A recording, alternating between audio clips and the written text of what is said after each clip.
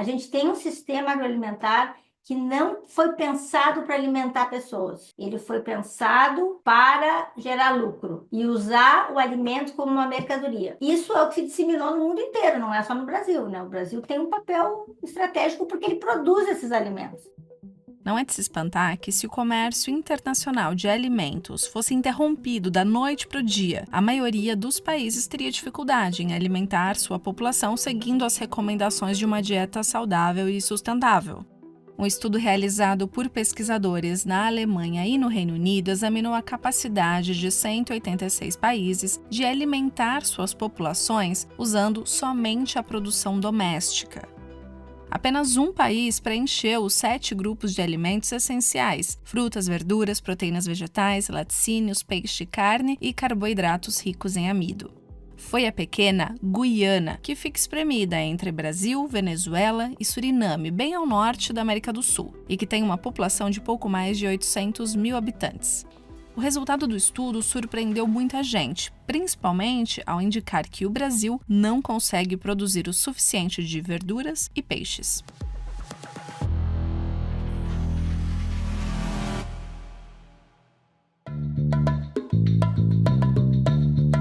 Está no ar o DW Revista, o podcast semanal da redação brasileira da DW em Bonn, na Alemanha. Eu sou Fernanda Azzolini e neste episódio a gente vai repercutir as descobertas de um estudo recente sobre autossuficiência alimentar no mundo e discutir por que o Brasil não é autossuficiente em alimentos. Eu conto com a participação da professora da UNB, Annelise Risolo, que tem mestrado em saúde pública, doutorado em política social e pós-doutorado em antropologia da alimentação pelo Observatório da Alimentação da Universidade de Barcelona.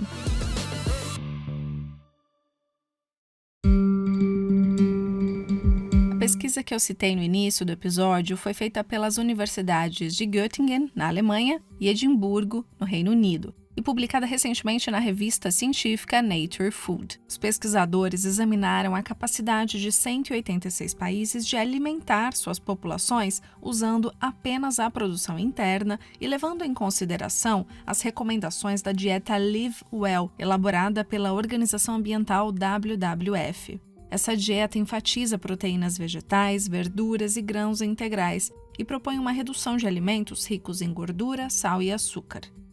O estudo constatou que apenas 1 em cada 7 países alcança a autossuficiência em 5 ou mais grupos de alimentos essenciais, sendo que a maioria dos países está localizada na Europa e na América do Sul.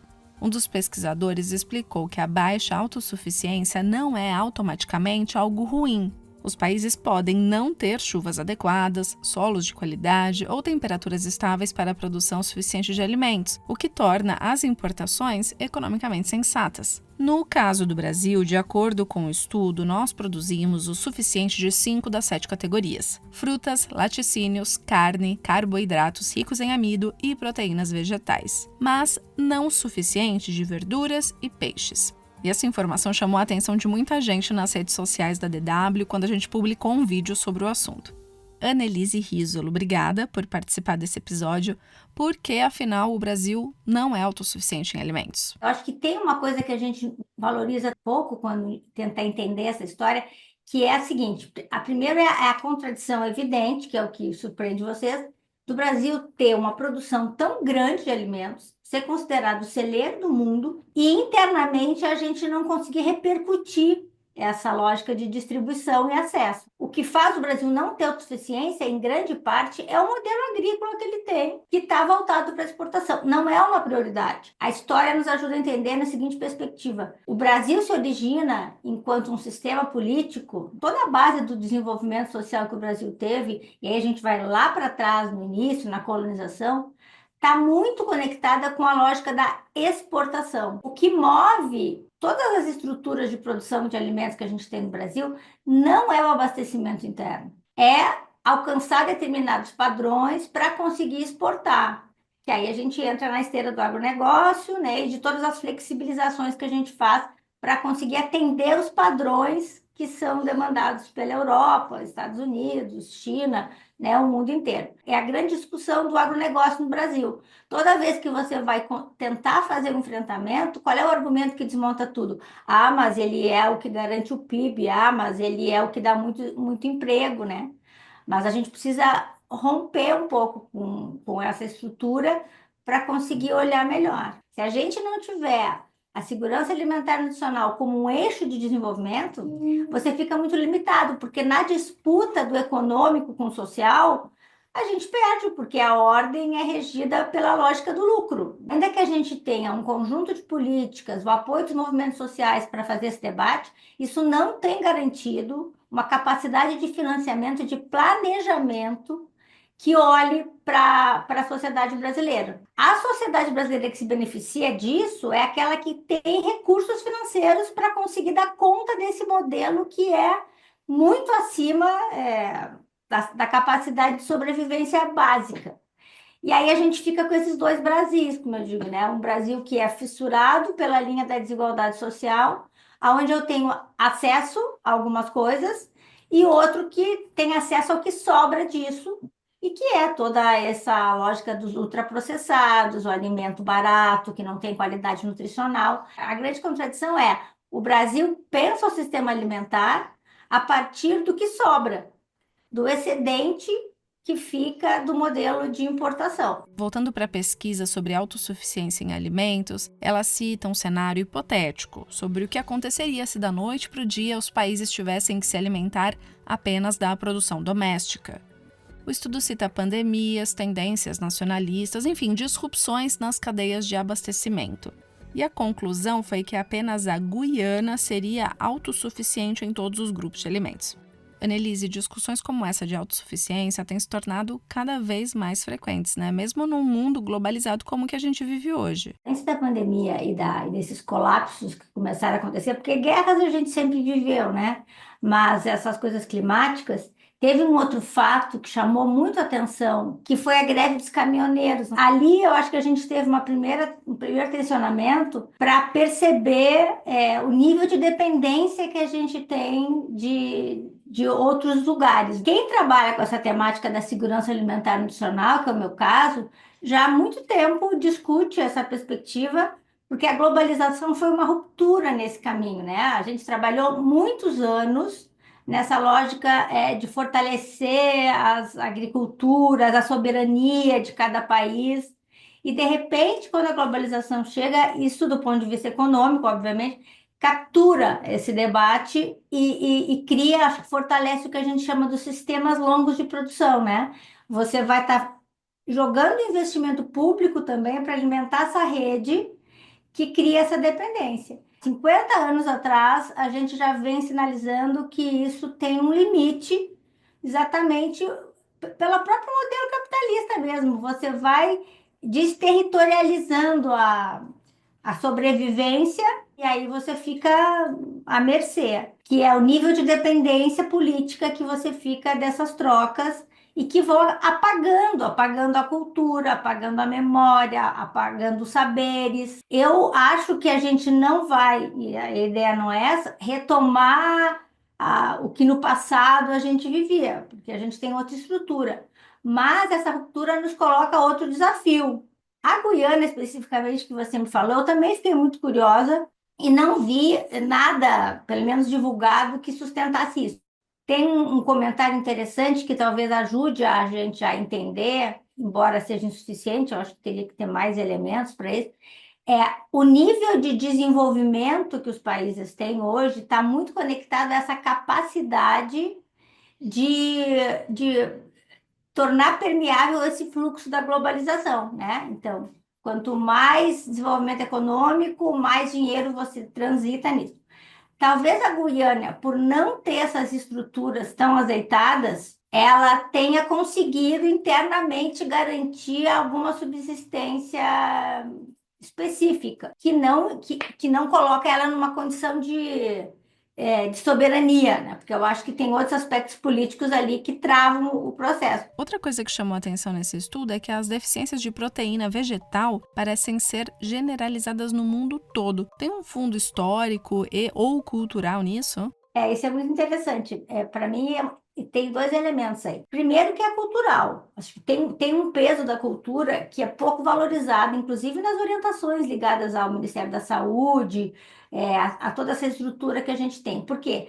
Porque a gente começa, de forma muito fragmentada. Então, a gente olha o contexto e vai tentar identificar, a partir dos estudos, quais são os recursos que a gente tem para enfrentar essa realidade nova. E, de fato, frutas, legumes, verduras, né, que tem uma característica também que é muito territorial no Brasil, pelos biomas, né, é um recurso, de fato é. Mas, ao mesmo tempo, a gente não tem um acúmulo cultural para isso e nem tampouco uma estrutura permeável a transformar isso em algo mais acessível. Primeiro, a gente tem a questão do preço. Comer frutas, legumes e verduras é caro no Brasil. E é caro principalmente porque quando a gente compara a capacidade de saciedade que ela traz, o tempo que eu tenho para conseguir lidar com isso, ele é muito menor. Então, eu não vou estimular populações que têm uma ingestão calórica muito reduzida a comer muita fruta, legume e verdura, até porque ela não tem naturalmente esse desejo, porque ela precisa se sustentar. Vamos pegar exemplos catadores, né, das cidades. Você vai oferecer na hora do almoço muita salada, ele vai optar por comer arroz, feijão, carne, porque é o que faz com que ele consiga se manter do ponto de vista da necessidade energética que ele tem. Para as classes mais altas, eu acho que tem possibilidade de você introduzir isso na rotina alimentar, porque você tem acesso a outras coisas. E até a lógica de trabalho que você tem é uma lógica diferente, ela é mais tecnológica, você tem um gasto energético menor.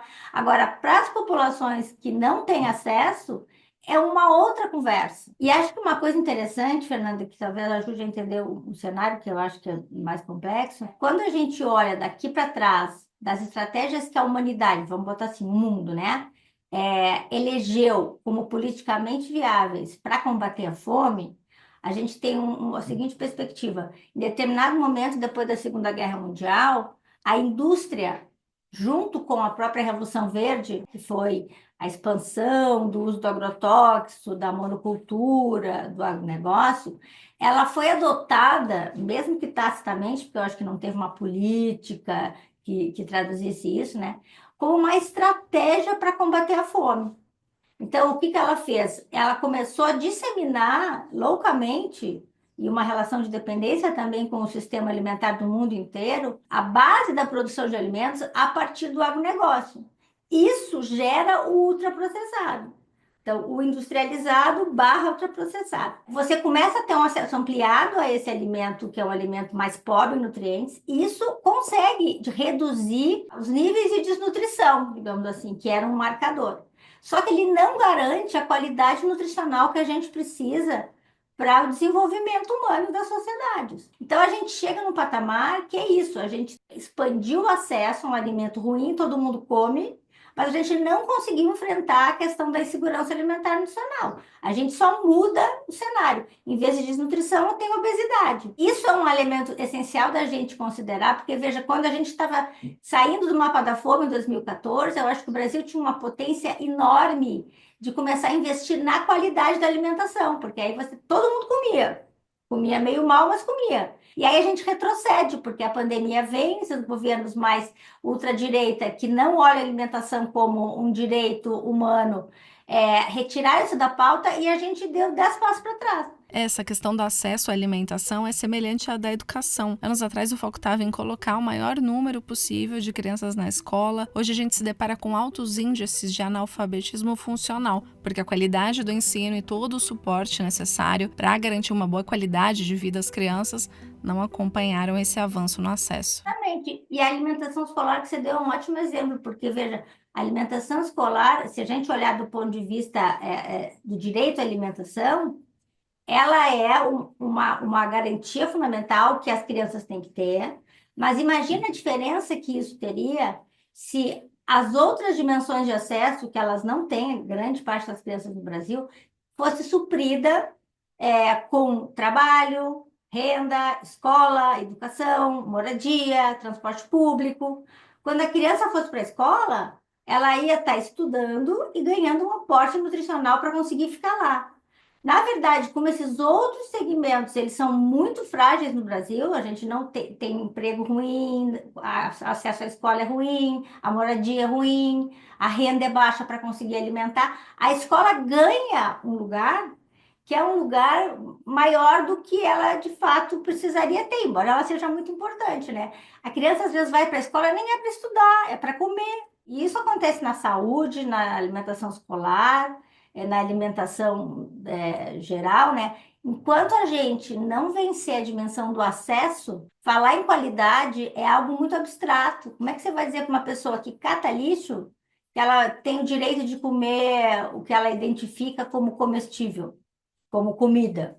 Ela vai dizer, não, eu quero comer para sobreviver. De fato, a gente precisa igualar mais essa discussão para que a sociedade como um todo ganhe, né? Porque se você não tem uma sociedade capaz de desenvolver o potencial que ela tem, você vai estar sempre refém, desses recortes.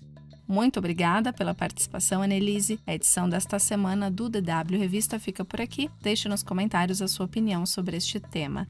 Lembrando que o podcast pode ser acessado por meio de plataformas como Spotify, onde basta procurar pela playlist DW Revista. Além disso, tem na Deezer, iTunes, Google Home e Alexa. A produção, apresentação e edição técnica são minhas, Fernanda Zolini. Edição final e coordenação de Rafael Plezan. Obrigada por acompanhar a gente e até semana que vem.